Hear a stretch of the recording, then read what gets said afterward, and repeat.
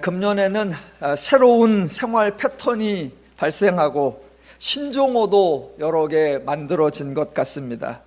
계절과 상관없이, 환자 여부와 상관없이 집을 나서면 무조건 마스크를 써야 하는 이런 생활은 생전 처음 해보는 것 같고, 사회적 거리두기, 생활 속 거리두기라는 말도 생전 처음 사용해보는 용어 같습니다. 또 주변에 외국에서 귀국하시는 분들은 2주간 자가 격리를 하시는데 그것도 새로운 것이고, 애경사가 있는데도 참석을 하지 않아도 미안한 마음이 들지 않는 것도 아주 이례적인 현상입니다. 그런데 알고 보면 이러한 것은 전혀 새로운 것이 아닙니다. 우리나라 조선왕조실록에도 보면 백성들이 전염병이 돌 때에 한 지역을 폐쇄하고 격리시켰다라는 기록이 나온다고도 하고요. 또 성경에도 그런 유사한 사례가 자주 등장합니다. 민수기에도 저희가 이미 살펴보았는데 2번이나 나왔었습니다. 민수기 5장을 보면 나병 환자와 유출병이 있는 자와 죽음으로 부정하게 된 자는 진영 밖으로 내보내라 라는 조치가 나옵니다. 이것은 배제와 혐오가 아니라 치유와 예방을 위한 격리 조치였습니다. 또 지난주 살펴본 12장에서도 미리암이 나병에 걸리자 진영 밖에 2일 동안 격리를 시킨 후 그 후에 백성으로 들어오게 하라라고 했습니다.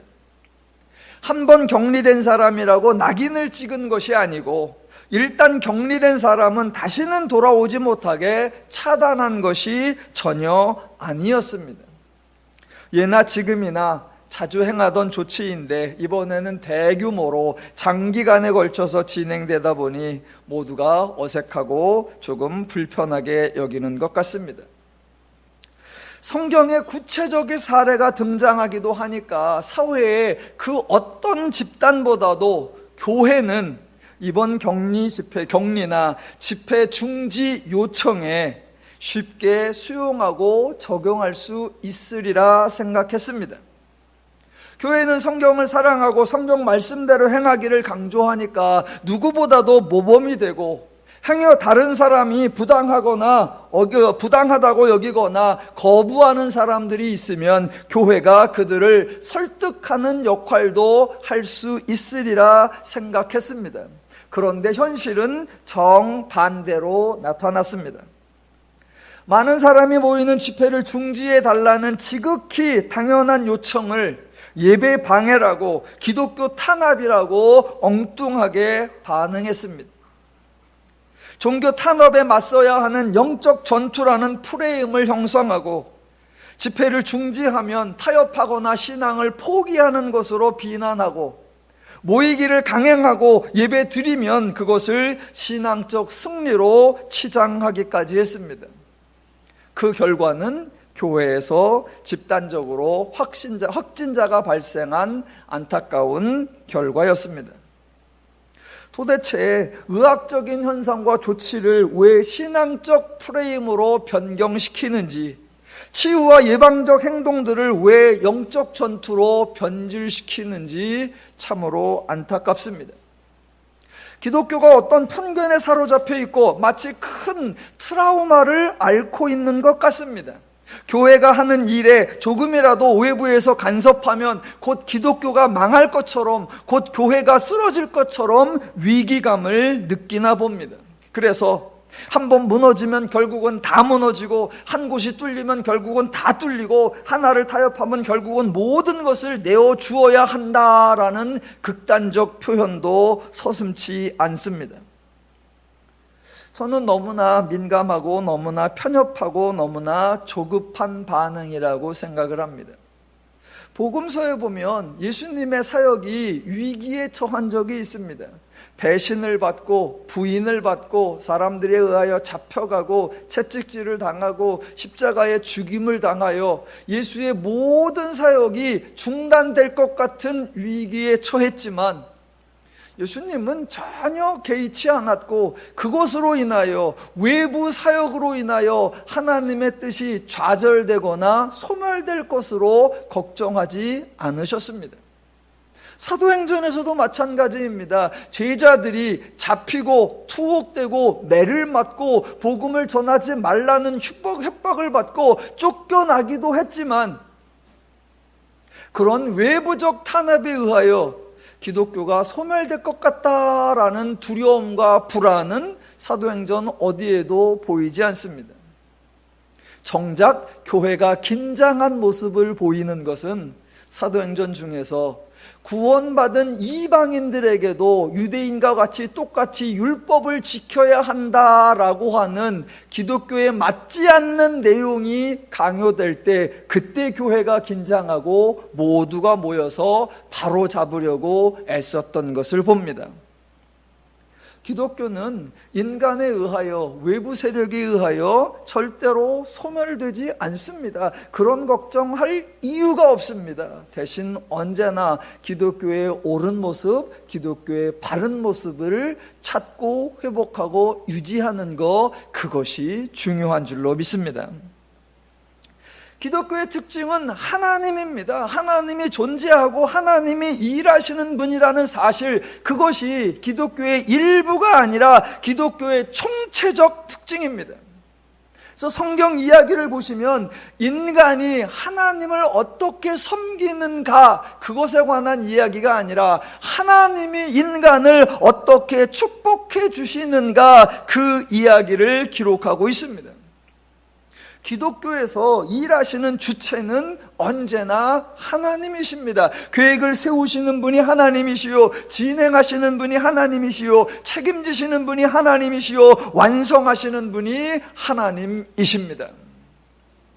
그래서 성경을 읽으시면서 하나님이 하시는 일에 대하여 과연 이 일이 어떻게 될 것인가 조바심을 느낄 필요가 없고요, 과연 이 일이 성취될 건가 불안함을 느끼실 필요가 없고요, 과연 다른 단체보다 더 빨리 더 크게 될 것인가 경쟁심을 가지실 이유가 없습니다. 구약에서 하나님은 애굽이나 아수르나 바벨론이나 바사와 같은 제국과 경쟁하신 것이 아닙니다. 복음서에서 예수님도 유대교 관원들이나 로마의 총독과 경쟁하신 적이 없습니다.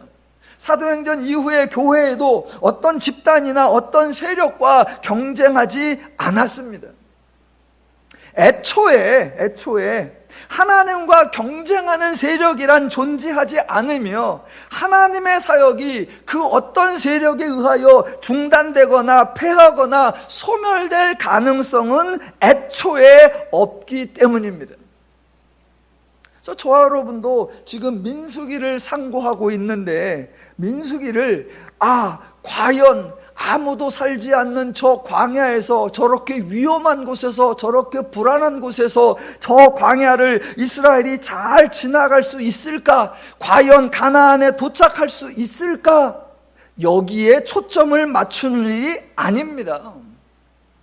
이제 겨우 민수기 12장에 왔는데 13장부터 앞으로도 38년을 더 광야에서 지내야 하는데 과연 잘 견딜 수 있을까? 먹을거리 마실거리는 떨어지지 않을까? 행여 적군이 공격해 왔을 때 잘 방어할 수 있을까? 길을 헤매지는 않을까? 혹시라도 돌림병이 집단적으로 생기기로 하면 어떻게 될까? 그런 면에 관심을 가질 일이 아닙니다. 왜냐하면 출애굽, 광야 이동, 가나안 입성까지 모두 하나님이 계획하신 일이요, 하나님이 약속하신 일이기 때문입니다. 당연히 이루어집니다. 중간에 변수가 생길지라도 이미 결과가 결정되어 있습니다. 아무 일도 안 생기는 것이 아니라 다양한 많은 일들이 생깁니다. 그런 일들이 생긴다고 해도 하나님의 일이 중단되거나 취소되지 않습니다. 그래서 민수기를 볼 때에 이스라엘의 장래에 대하여 두려움이나 불안감이나 염려를 할 것이 아니라 하나님의 하시는 일에 대하여 궁금해하고 기대감을 가지셔야 한다라는 겁니다.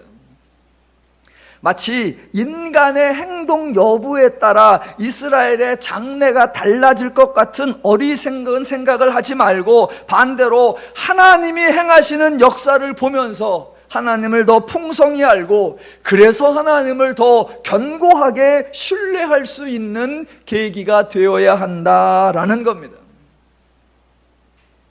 성경을 읽어보면 하나님의 일하시는 원리는 늘 죄인들의 생각과는 다르게 진행이 됩니다.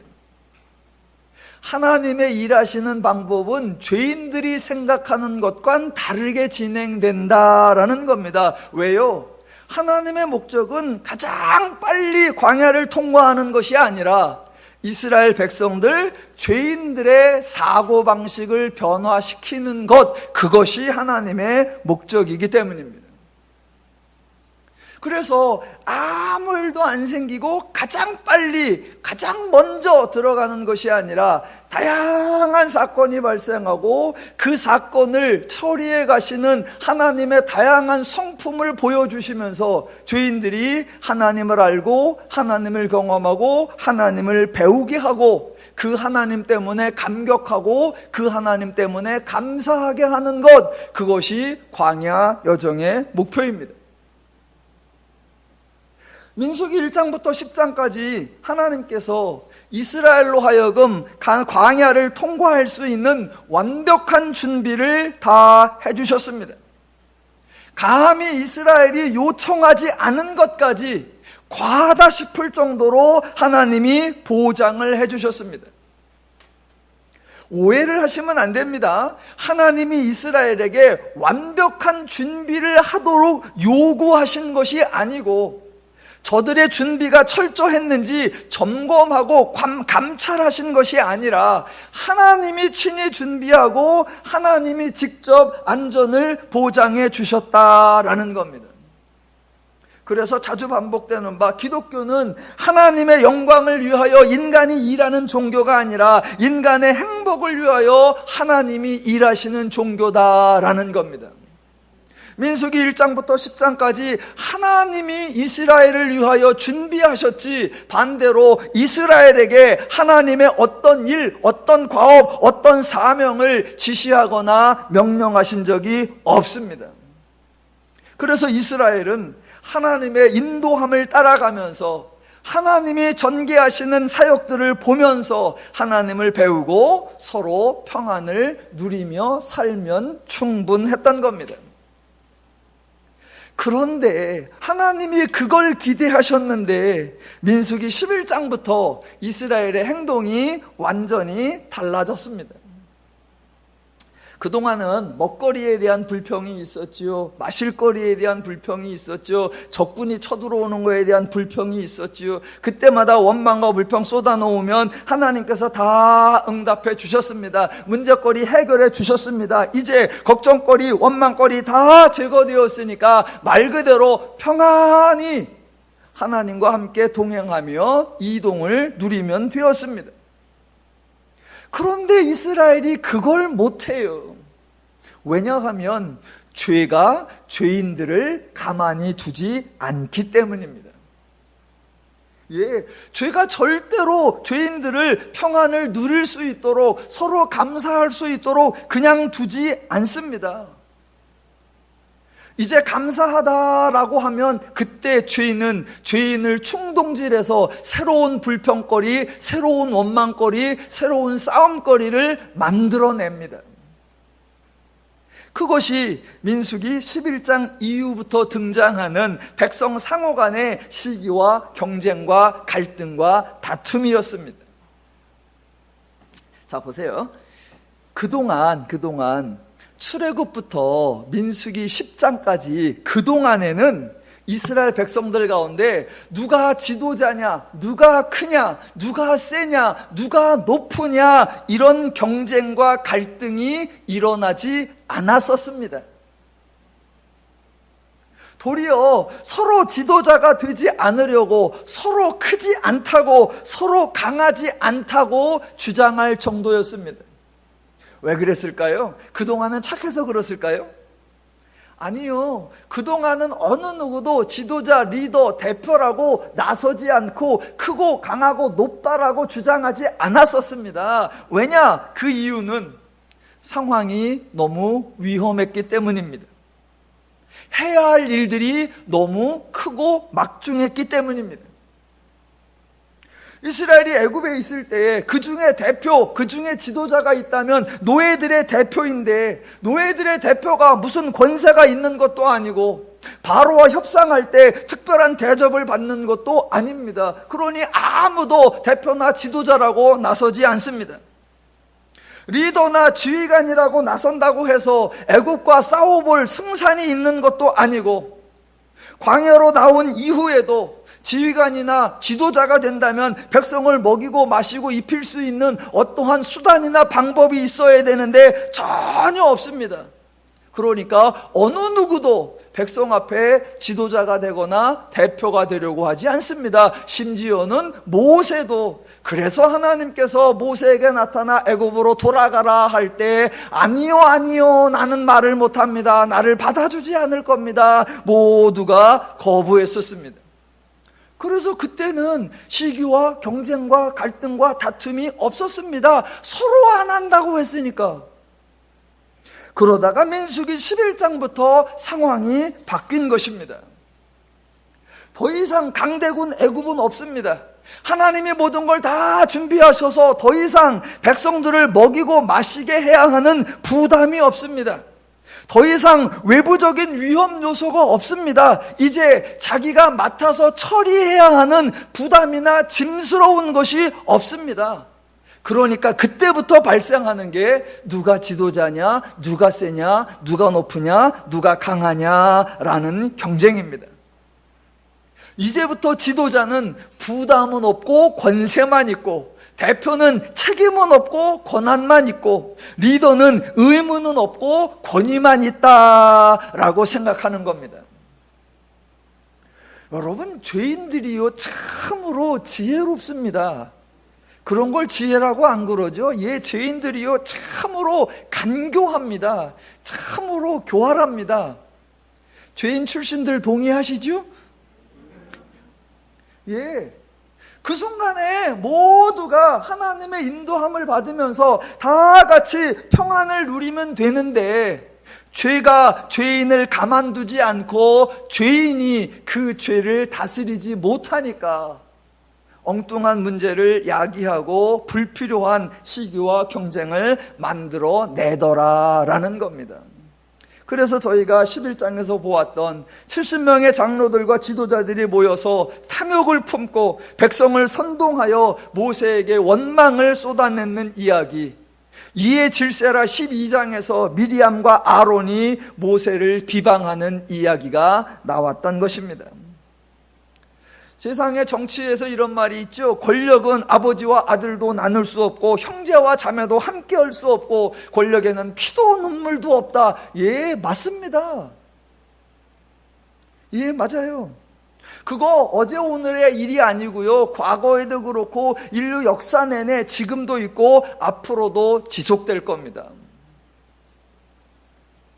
자, 그렇게 서로 간의 시기와 질투와 경쟁과 갈등과 싸움이 일어날 때 하나님이 조치를 취해 주시는데, 하나님이 취하시는 조치는 언제나 죄인들의 기대, 죄인들의 예상과는 전혀 다르더라라는 겁니다.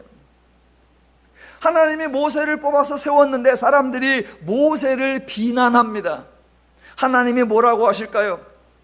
내가 뽑은 모세다, 내가 뽑은 사람을 비난하는 것은 나를 비난하는 것과 같다라고 반응하지 않으셨습니다. 당연히 하나님은 내가 뽑은 사람이니까 중요하다, 그 사람에게 권세와 권위를 위임하노라, 그런 말씀하시지 않고 그 사람을 특별히 높여주는 조치를 취하지 않으십니다. 그래서 11장에 70명의 지도자들이 비방을 하니까 하나님께서는 모세만 특별하게 대우를 해주시고 70명은 범접치 못하게 하는 것이 아니라 정반대로 70명의 장로와 지도자들에게 모세가 임한 영을 똑같이 임하게 해주셨습니다. 모세를 높여주신 것이 아니라 모세의 특별함이 사라지게 해주셨습니다. 12장에서는 미리암과 아론이 모세를 비방하자 한술 더 떠서 모세의 부족함, 모세의 연약함을 설명하셨습니다. 모세를 강조하고 모세를 높여주고 모세를 추앙하는 그 어떤 조치도 단 하나도 없습니다. 자, 용어상으로도 참 재미있는 게 있습니다. 아주 의미가 있습니다. 제가 더 군데 설명을 해볼게요. 자, 11장 16절에 보면 70명의 장로와 지도자가 나왔다라고 합니다. 명칭이 장로와 지도자인데, 장로는 말 그대로 어른, 노인이라는 뜻이고요. 지도자, 이 지도자가 지도자, 지휘관, 관리, 감독자, 이런 의미입니다.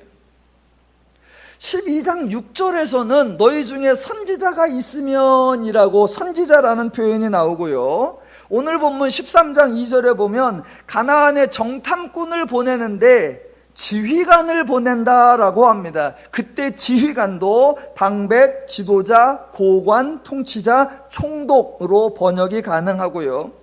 거기 3절에 보면 수령이라고 나오는데 그 수령도 우두머리, 방백, 정상, 꼭대기를 의미하는 단어들입니다. 그러니까 이 사람들을 어떻게 생각했나 보여주는 게 14장 4절에 하나 나옵니다. 이제 13장에서 정탐을 갔다 오고 보고를 하니까 백성들이 싫어해서 반응하는 게 14장 4절인데 이렇게 나옵니다. 이에 서로 말하되 우리가 한 지휘관을 세우고 애굽으로 돌아가자 하매입니다. 그러니까 이스라엘 사람들이 생각한 지도자, 지휘관, 수령, 방백은 자기들의 대표, 자기들 가운데 가장 높고 가장 크고 자기들을 인도할 수 있는 사람이라고 생각을 한 겁니다. 그러니까 지도자, 지휘관, 수령들이 누가 크냐, 누가 강하냐, 누가 높으냐, 누가 최고냐의 시기와 경쟁이 발생했던 겁니다. 그런데 용어상으로 하나 재미난 게 지금 백성들이 지도자라고, 백성들이 대표라고, 백성들이 지휘관이라고 생각하는 사람들은 말 그대로 지휘관, 대표, 리더 이런 표현을 씁니다. 그런데 하나님이 모세를 소개할 때는 전혀 다른 표현을 씁니다. 그게 12장 6절에 보시면 12장 6절 7절, 자 12장 7절 맨 앞에 내 종 모세와는 그렇지 아니하니, 12장 8절 끝머리에 어찌하여 내 종 모세 비방하기를 두려워하지 아니하느냐입니다. 그러니까 하나님이 자기가 부르고 자기가 세운 사람을 부르는데 뭐라고 하느냐? 종이라고 합니다. 이 종이라는 단어는 다른 표현으로 노예, 사환, 신하, 노비, 수종, 품꾼으로 번역됩니다. 그러니까 이스라엘 백성들 간에 세워진 사람을 언급할 때는 지도자, 지휘관, 수령이라고 했는데 정작 하나님이 뽑은 모세, 하나님이 세운 모세는 종이라고 하셨습니다. 결국 하나님이 모세를 부르고 하나님이 모세를 세운 것은 백성의 대표, 지도자, 리더로 세운 것이 아니었고 모세에게 권세나 권위를 위임한 것이 아니었다라는 겁니다. 그러니까 이스라엘 백성들이 모세에 대하여 시기하고 경쟁하는 것은 정말로 어이없는 현상이었습니다. 하나님은 모세를 종으로 세워놓은 거예요. 그런데 지도자들이, 지휘관들이, 방백들이, 수령들이 종을 보고 내가 저보다 높아, 내가 저보다 세, 내가 너보다 강해 라는 시기와 경쟁을 했으니 얼마나 어이없는 거예요. 저는 모세에게 임한 영을 다 같이 받은 70명의 지도자들이 그 후에 무슨 일을 했을까 매우 궁금해합니다. 모세가 자기들보다 높은 줄 알고 그 모세를 비방해서 누가 더 크냐 누가 더 높으냐를 싸웠는데, 하나님이 모세를 종이라고 하고 모세에게 임한 영을 70명에도 다 같이 주었으니 지도자요 지휘관이요 수령이었다가 다 같이 종으로 전락한 겁니다. 70명이 그것을 수용했을까요? 70명이 그것을 납득했을까요? 70명이 그것을 동의했을까요? 아유, 우리가 뭣도 모르고 나댔었구나. 그래, 우리는 다 같이 종이야. 이제 종처럼 살아야겠다라고 했을까요? 저는 민수기에 이 70명이 이후에 뭔 일을 했나 좀 소개를 해줬으면 좋겠는데 뒤져봐도 나오지를 않아요. 그러니까 하나님은 모세를 종으로 세웠는데 백성들이 하나님이 세운 게 마치 무슨 대표나 무슨 리더나 무슨 권세가 있는 것처럼 착각해서 종과 함께 누가 크냐를 싸운 거, 이건 정말 어이없는 일이다라는 겁니다. 그런데요, 이스라엘이 시기한 것보다 더 어이없는 현상이 오늘날 벌어지고 있습니다. 이 본문을 보면서 종종 목회자들이 뭐라고 합니까? 하나님이 세운 종은 하나님의 대리자이고 교회의 대표이고 신앙의 지도자이다 라고 왜곡된 주장을 하고, 더 나아가 하나님의 종님을 비방하면 하나님께 벌을 받는다 라고 협박까지 한다면 정말 어이가 없고 기가 막힌 일입니다. 그러니까 기독교에서 늘 기억하셔야 되는 거, 기독교의 주체는 하나님이시다, 기독교에서 일하시는 분은 하나님이시다 라는 것을 기억하면 성경에 대한 본문을 오해나 왜곡하는 것을 줄일 수 있습니다. 물론 한 가지 여기서 또 엉뚱한 오해가 발생해요.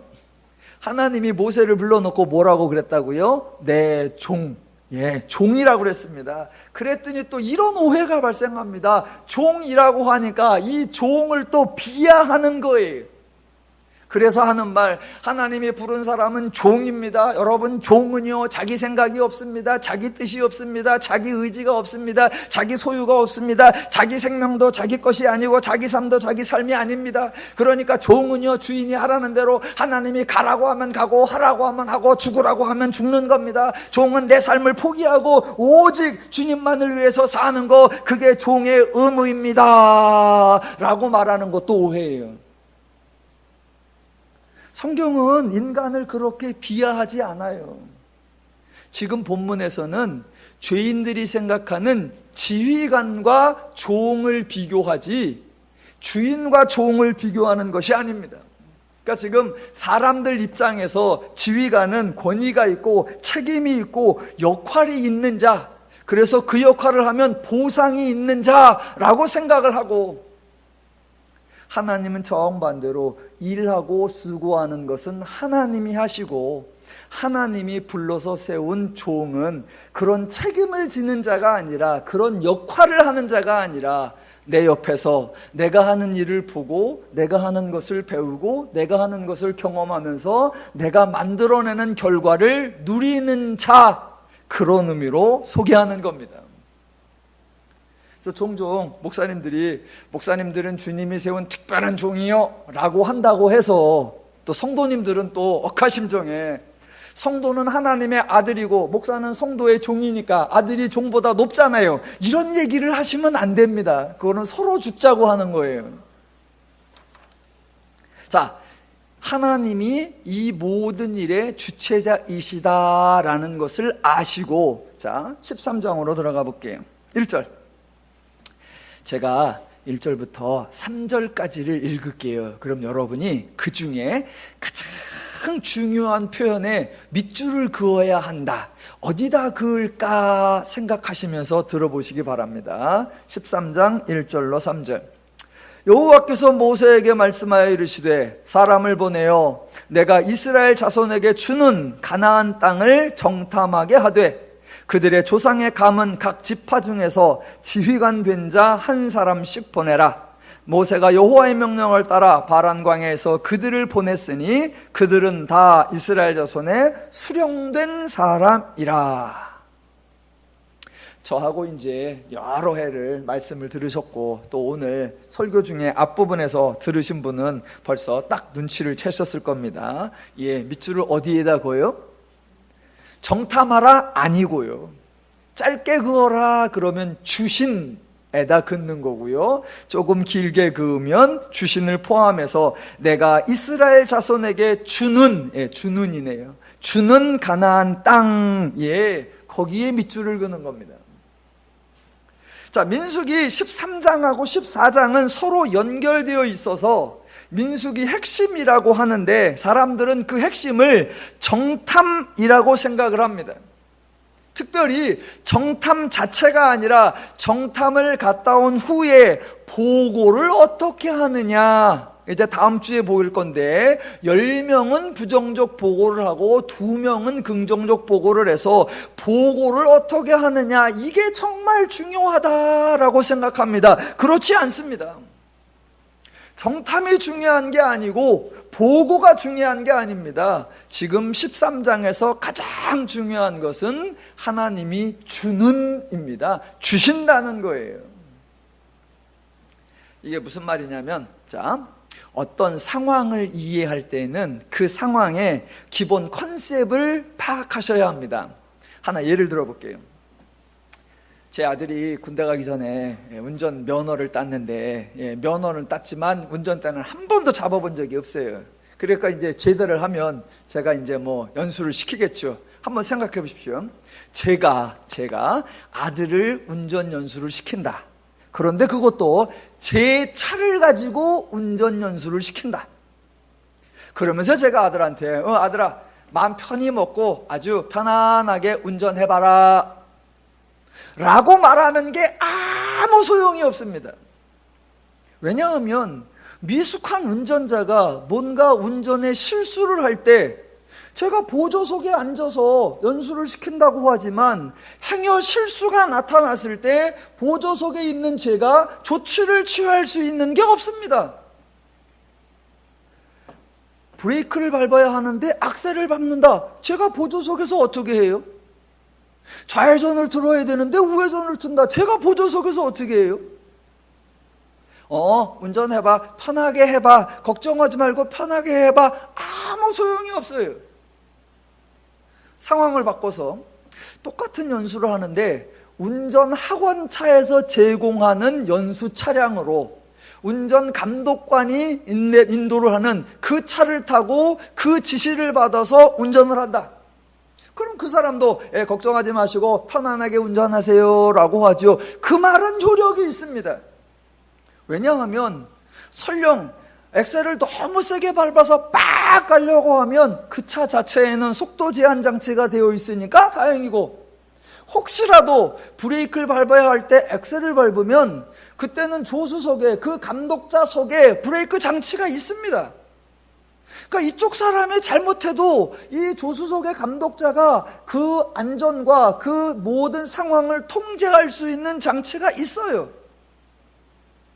그러니까 똑같은 연수라고 해서 저도 마음 편히 운전해, 감독관도 마음 편히 운전해 라고 한다고 해서 상황이 같은 게 아니라 그가 가지고 있는 차가 어떤 차인가, 기본 전제 조건이 완전히 다르단 말입니다. 저는 제가 아들을 운전 연수시켜줄 의사가 1도 없고요, 특별히 제 차에 태워주고 제 차 운전대를 맡길 의사가 1도 없습니다. 그러니까 똑같은 상황에서도 기본 전제가 뭐인가, 기본 조건이 뭔가, 이것이 참으로 중요합니다. 그런데 그거보다 더 중요한 차이점이 오늘 지금 민수기 13장에 나온다라는 겁니다. 이 정탐 사건을 어떻게 이해하느냐가 다르단 말입니다. 하나님이 분명히 사람을 보내어 가나안을 정탐하라 라고 말씀하셨습니다. 이때 하나님이 말씀하신 정탐, 이 정탐은 일반적으로 사람들이 생각하는 정탐하고는 의미가 완전히 다르다라는 겁니다. 저 여러분이 정탐에 대한 기본적 이해가 있죠. 어떤 목적하는 바가 있을 때 아직 그곳에 도달하지 않은 상태에서 그것을 얻는다는 보장도 없는 상태에서, 즉 불확실한 상황에서 더 유리한 상황을 만들기 위해 상대방을 파악하고 더 좋은 효과적인 전략을 세우기 위해 상대방의 장단점을 조사하는 기초 작업, 특별히 군사적인 의미에서 적진을 정찰하여 정보를 수집하고 전략을 세우는 과정, 그게 정탐이죠. 또 달리 말하면 무슨 일을 할 때 반드시 필요한 사전 조사 또는 답사, 이런 거죠. 예, 일반적인 의미에서 정탐은 무슨 일을 할 때의 당연한 과정이고 승리를 위한 본질적인 일입니다. 그러나 하나님의 하시는 일과는 전혀 차원이 다르다라는 겁니다. 하나님이 하시는 일, 즉 하나님이 계획하고 하나님이 진행하고 하나님이 책임지고 하나님이 완성하는 일임을 기억하셔야 한다라는 겁니다. 그래서 가나안 땅을 뭐라고 소개하느냐? 하나님이 주는 땅이라고 소개하는 겁니다. 이스라엘아, 너희가 정복해야 하는 땅이다가 아니라 하나님이 주신다라고 선언하는 것. 주실 수도 있다, 너희 하는 거 봐서 줄까 하노라가 아니라 주시기로 약속되어 있는 땅이라는 겁니다. 그래서 정탐이 필요하지 않은 땅입니다. 정탐이 필요하지 않은 과정이에요. 그런데 하나님이 하시는 일이지, 하나님이 주시기로 하셨지, 하나님은 약속을 지키시지, 이것을 놓쳐버리면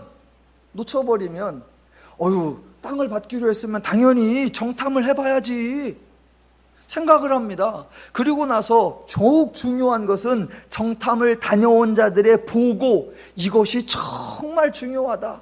그래서 10명은 딱 보고 나서 부정적으로 또는 불신앙적으로 보고를 했고, 2명은 매우 긍정적으로 신앙 있고 믿음 좋은 보고를 했다. 정확히 보고, 정확하게 보고하고, 정확히 탐지하고, 정확하게 알리는 거, 이게 정탐의 중요한 거고, 그것이 나머지 모든 일을 전개하는데 필수적인 사건이다.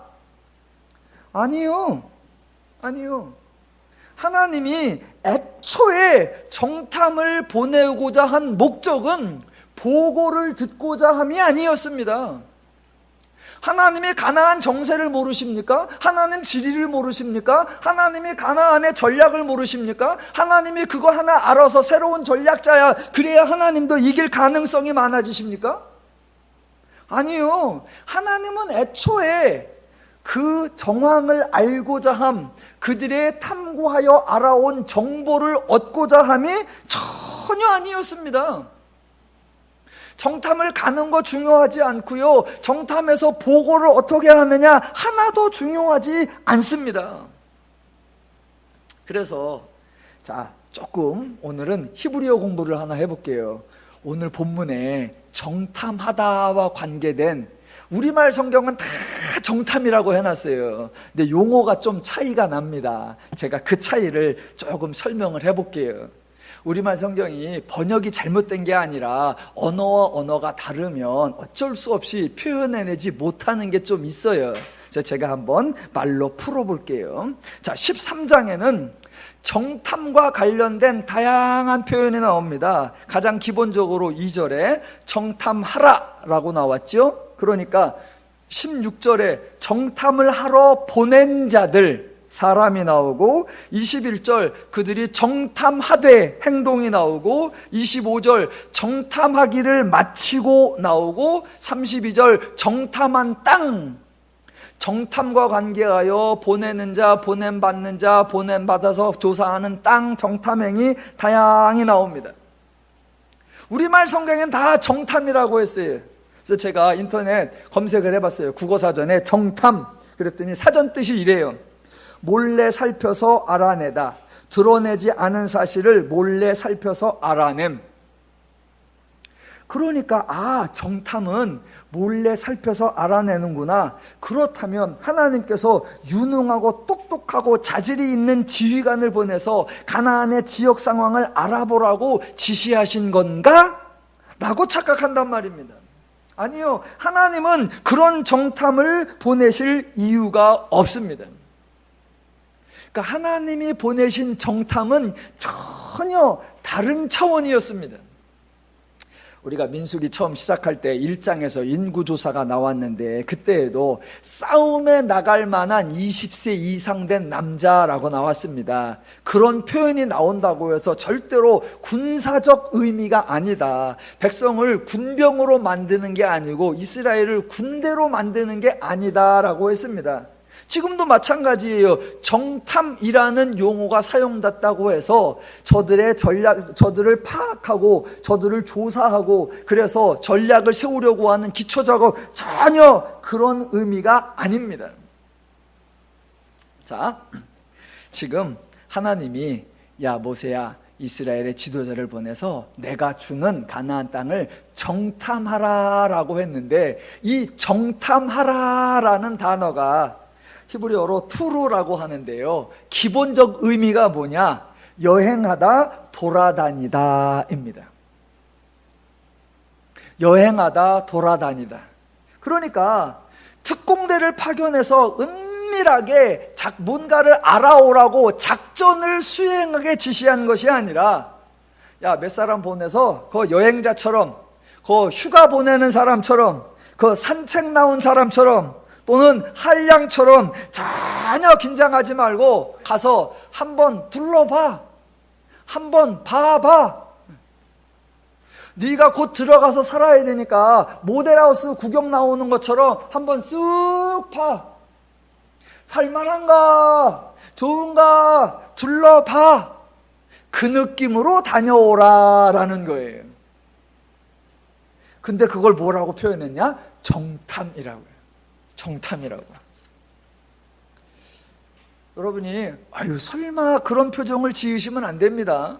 자 보세요. 아까 계속 반복되는 거, 출애굽하는 거, 광야 이동하는 거, 가나안 입성하는 거, 애초에 하나님이 기획하신 일, 지금 시작된 것이 아니라 이스라엘 조상 아브라함 때부터 이삭과 야곱을 거쳐서 하나님이 약속하고 하나님이 맹세하셔서 진행되어 온 일, 하나님이 전혀 의지가 없다가 이스라엘 백성이 출애굽기 2장에서 부르짖으니까 그때서 약속을 세운 게 아니라 애초에 하나님이 진행하신 일, 이제서 이스라엘이 정탐해서 전략자고 군사행동에서 정복을 하는 그런 것이 아니라 하나님이 주시기로 다짐하시고 약속하시고 맹세하신 땅이라는 겁니다. 그래서 정탐을 보내라 이전에 그 앞에 강조하는 게 뭐냐? 내가 너희 조상 이스라엘에게 주기로 약속한 땅, 내가 주는 가나안 땅, 이게 기본이에요. 그래서 민수기 15장 18절에 이렇게 나옵니다. 이스라엘 자손에게 말하여 이르라, 너희는 내가 인도하는 땅에 들어가거든. 예, 하나님이 하실 일입니다. 신명기 18장 19절에서도 네 하나님 여호와께서 내게 주시는 땅에 들어가거든. 예. 그러니까 내가 줄게, 주기로 했고 보장했으니까 걱정하지 마. 그러니까 한번 봐봐, 한번 보고 와, 한번 둘러봐, 한번 다녀와. 지금 그런 의미예요. 계속하여 원망과 시기와 불행 터정이 나오니까 야 엉뚱한 짓 하지 말고 너희들이 들어갈 곳 얼마나 좋은지 가서 보고 와. 그럼 얼른 가고 싶은 마음이 생긴 거야. 한번 보고 와, 한번 봐, 한번 둘러봐. 자, 우리말로는 정탐인데 또 다른 표현이 하나 등장합니다. 하나님이 정탐을 보내라 그러니까 이제 17절에서 모세가 직접 사람을 보냅니다. 17절에 이렇게 나와요. 모세가 가나안 땅을 정탐하러 그들을 보내며 이르되, 이제부터 하는 말이에요. 너희는 네겝 길로 행하여 산지로 올라가서 그 땅이 어떠한지 정탐하라. 여기도 정탐하라가 나와요. 근데 요 18절에서 모세가 정탐하라라고 하는 이 단어는 하나님이 말씀하신 정탐하라하고 또 달라요. 여기서 말하는 정탐하라, 자, 아까 하나님은 여행하다, 돌아다니다 그런 의미의 정탐을 말씀하셨죠? 그러니까 모세는 직접 사람을 보내면서 정탐하라. 이때에는 라라고 하는 단어로 그냥 보다, 바라보다예요. 근데 우리말은 전부 다 정탐하라. 다른 번역 보니까 살펴보라. 또 어떤 번역본 보니까 자세하게 조사하여 이렇게 나왔더라고요. 그래서 영어 성경을 뒤져봤어요. 이 단어를 어떻게 번역했나 그랬더니 딱 하나는 find out, 뭔가를 조사하고 탐구하라라고 나오고, 나머지 여러 번역본들은 너무나 단순하게 그냥 see, 가서 봐, 그냥 봐. 예. 하나님이 야 너는 가서 둘러봐, 한번 여행 다녀오듯 모델하우스 다녀오듯 보고 와. 그러니까 모세도 야 가서 하나님이 하라는 대로 봐,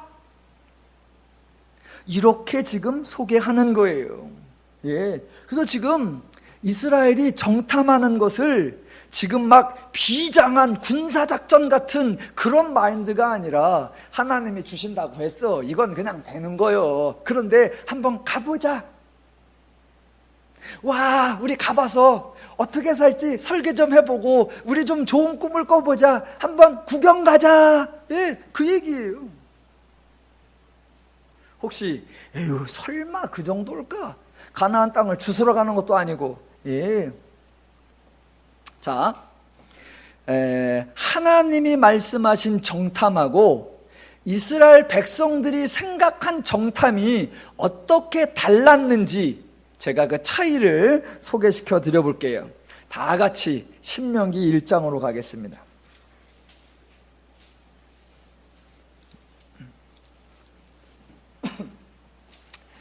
민수기 13장에 나오는 이야기가 나중에 38년 지난 후에 신명기 1장에서 모세가 그때를 회상하면서 이야기를 요약해 놓은 게 나옵니다.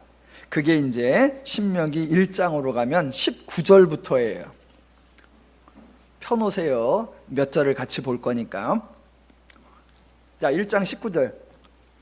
우리 하나님 여호와께서 우리에게 명령하신 대로 우리가 호렙산을 떠나, 요게 민수기 10장 11절, 시내산을 떠나는 거예요. 그렇게 해서 떠나 너희가 보았던 그 크고 두려운 광야를 지나 아모리 족속의 산지길로 가데스 바네아에 이른 때에, 신명기에는 장소가 가데스 바네아라고 나옵니다. 근데 민수기 13장에는 정탐을 출발할 때에 지명이 안 나와요. 어디서 출발했는지. 그런데 이제 다음 주에 보면 민수기 13장 25절에 가보면 정탐을 하고 돌아와서 보고를 하는 지역이 바네아예요. 그래서 민수기 13장과 신명기 1장이 같은 지역, 같은 사건이구나 라고 나옵니다. 자, 그렇게 가데스 바네아에 이른 때에 20절.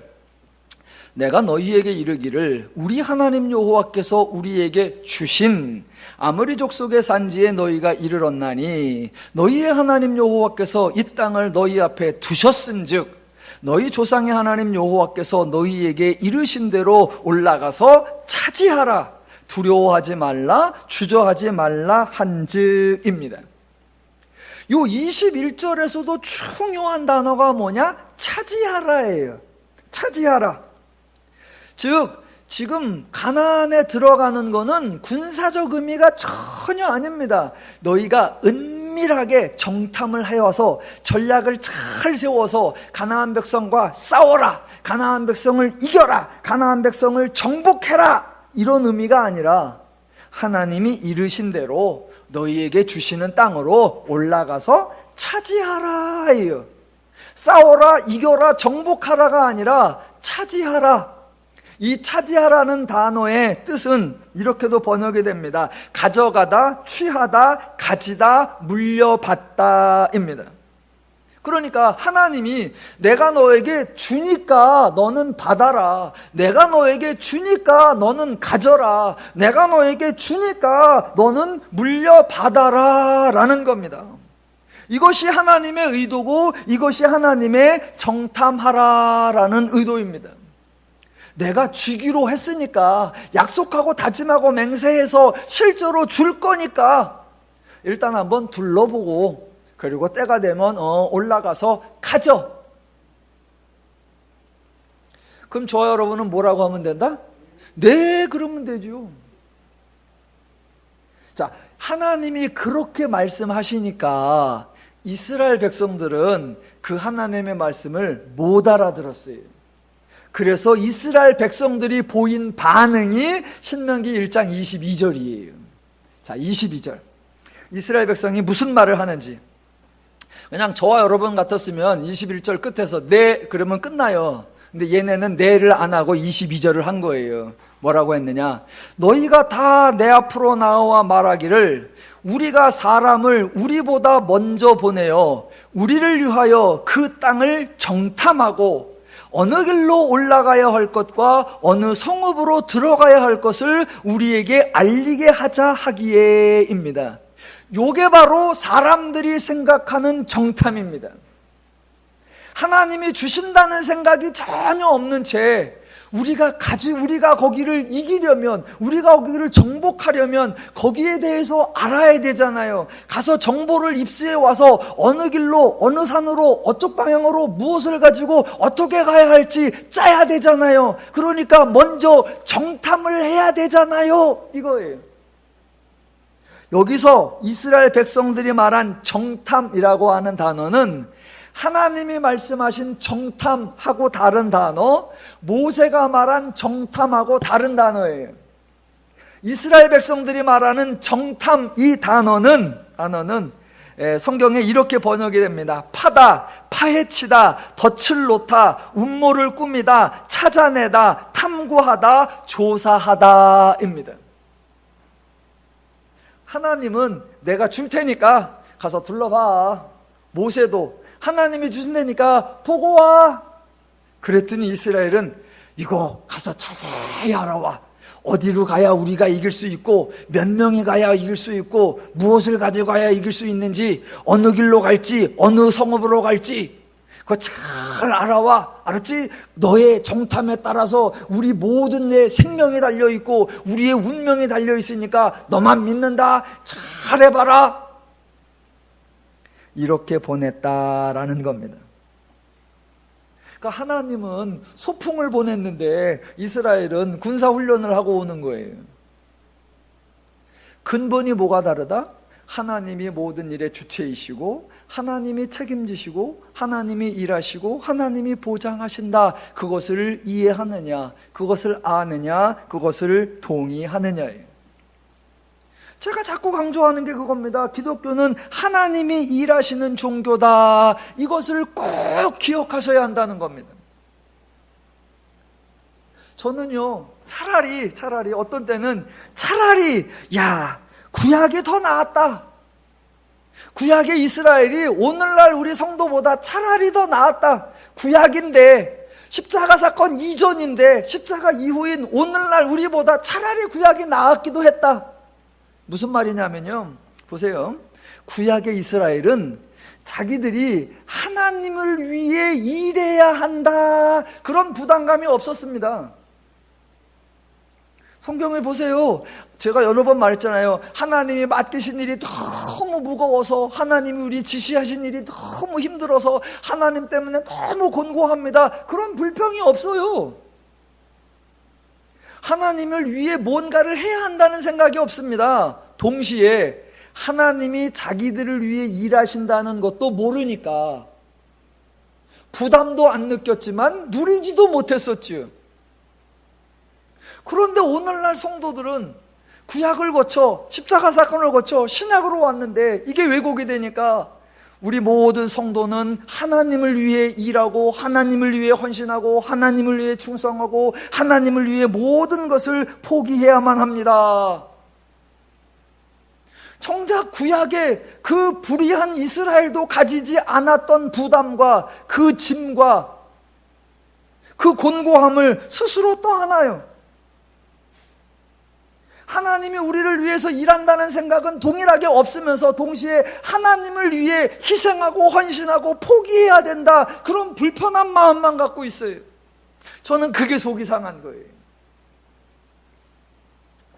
뭐 여러분하고 저하고는 좀 입장이 조금은 다를 수 있겠지만 저는 이제 주변에 목사님들을 자주 만나죠. 이제 목사님들, 그럼 좀 선배 목사님들 만나면 대화가 늘 그거예요. 라떼는 말이야.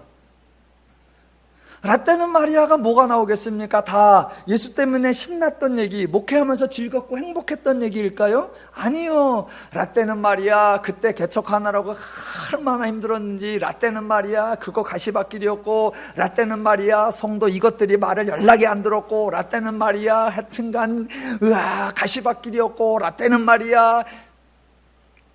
아니, 복음이라며, 아니 기독교라며, 왜 대화가 모든 고생담이에요? 제가 지금 민수기를 해가면서 여러분에게 꼭 설명드리려고 하는 게 그겁니다. 하나님께서 이스라엘 백성들을 사람도 살 수 없는 광야로 내모셨습니다. 그래서 그들로 하여금 험한 길, 시험의 길, 시련의 길, 역경의 길을 갖게 하면서 하나님을 믿는지 하나님을 순종하는지 하나님께서 시험하시고 연단하시고 하나님께서 그들을 치시고, 그 개념을 바꿔야 된다. 하나님은 그렇게 안 하신다예요. 안 하신다. 하나님은 친히 일하시고 하나님은 친히 보장하시고 하나님은 친히 준비하셔서 하나님이 이스라엘을 평화와 안식으로 그들을 인도하시고 가나안 땅을 주시겠다고 맹세하시고 미리 모델하우스 구경도 보내시고 산보도 보내시고 산책도 보내시고, 그래서 그들이 지치지 않게끔 이렇게 후원하고 이렇게 격려합니다. 여러분, 이 광야길은요 지금 가시밭길이 아니라 꽃길입니다. 할렐루야. 예. 그러면 동일하게도 마찬가지죠. 오늘날 저와 여러분의 신앙은 가시밭길이에요? 아니요, 꽃길입니다. 황토길이죠.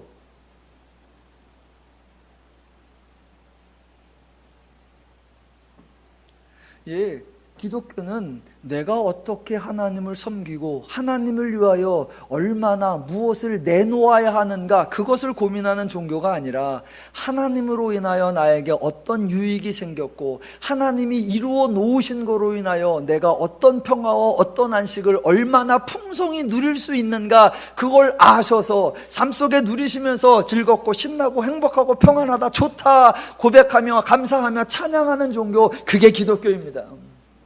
여러분은 그런 교회, 더누림교회를 다니시는 성도님들이십니다. 일하시는 하나님을 믿으며 복음을 주시는 하나님을 믿고 계십니다. 그 하나님으로 인해 즐겁고 신나고 행복한 삶을 풍성히 누리시기를 주님의 이름으로 축원합니다.